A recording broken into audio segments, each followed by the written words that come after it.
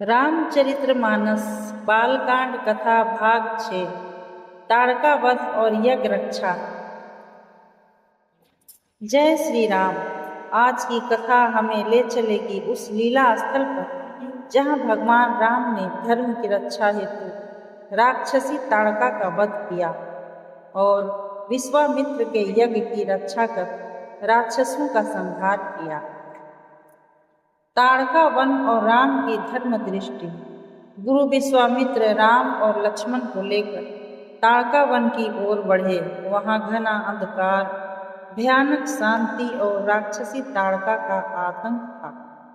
राम ने धनुष उठाया पर उनके मन में एक विचार आया, मैं इस स्त्री पर बाण चलाऊंगा। तब गुरु ने स्पष्ट किया, धर्म की रक्षा के लिए अधर्मी चाहे स्त्री हो या पुरुष, उसका नाश आवश्यक है। नारी सुबाहु न धरई दुर्जाना, भून भयऊ लकड़ी करई विधाना। राम ने यह सुनकर धनुष का प्रत्यंचा चढ़ाई और महाबली बाण चलाया। ताड़का का अंत हुआ। ताड़का के मरते वन से राक्षसी शक्ति का भय मिट गया। आसमान से फूल बरसे। ऋषियों ने धर्म की जय का उद्घोष किया। ऋषियों ने राम को आशीर्वाद दिया, आपके कारण अब हम निडर होकर यज्ञ कर सकेंगे। राम और लक्ष्मण को सिद्धाश्रम ले जाया गया जहाँ महायज्ञ होना था। सिद्धाश्रम अत्यंत शांत और पवित्र स्थल था।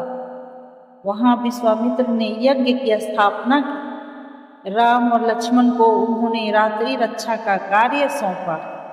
रात्रि का अंधकार गहराया, चारों ओर सन्नाटा था। यज्ञ कुंड से अग्नि की लपटें उठ रही थी।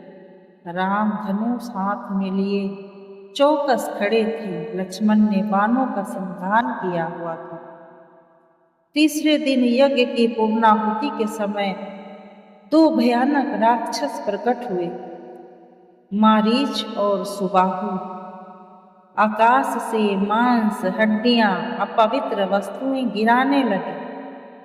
लक्ष्मण ने तुरंत बाणों से आकाश को ढक दिया। राम ने ब्रह्मा बाण निकाला और एक ही बाण से सुबाहु का वध कर दिया। मारीच को समुद्र पार फेंक दिया। मारीचो मुनि बरनी न जाई, बाण राम को सही न साई। मारीच समुद्र में जाकर मूर्छित हो गया। राम का पराक्रम देखकर देवता भी विस्मित हो गए। विश्वामित्र का यज्ञ पूर्ण हुआ। सभी ऋषि और देवता अभिभूत हो उठे। उन्होंने श्री राम की सराहना करते हुए उन्हें धर्म पालक, प्रभु और दूसरे विष्णु की उपाधियां दी। राम ने कहा, मैं तो केवल अपने गुरु की सेवा कर रहा हूं। यह नम्रता ही उन्हें मर्यादा पुरुषोत्तम बनाती है। यज्ञ पूर्ण होते ही विश्वामित्र ने कहा, हे राम, अब मैं तुम्हें एक और पावन स्थान ले चलूं, जनकपुरी। वहां एक दिव्य धनुष है जिसे कोई नहीं उठा सका। राजा जनक वहां स्वयंवर रचाने वाले हैं। राम और लक्ष्मण गुरु के साथ जनकपुर की ओर चल पड़े। मार्ग में उन्होंने आश्रमों, वनों और संतों के दर्शन किए। यात्रा का यह चरण अब राम को सीता जी की ओर ले जा रहा था, एक दिव्य मिलन की ओर।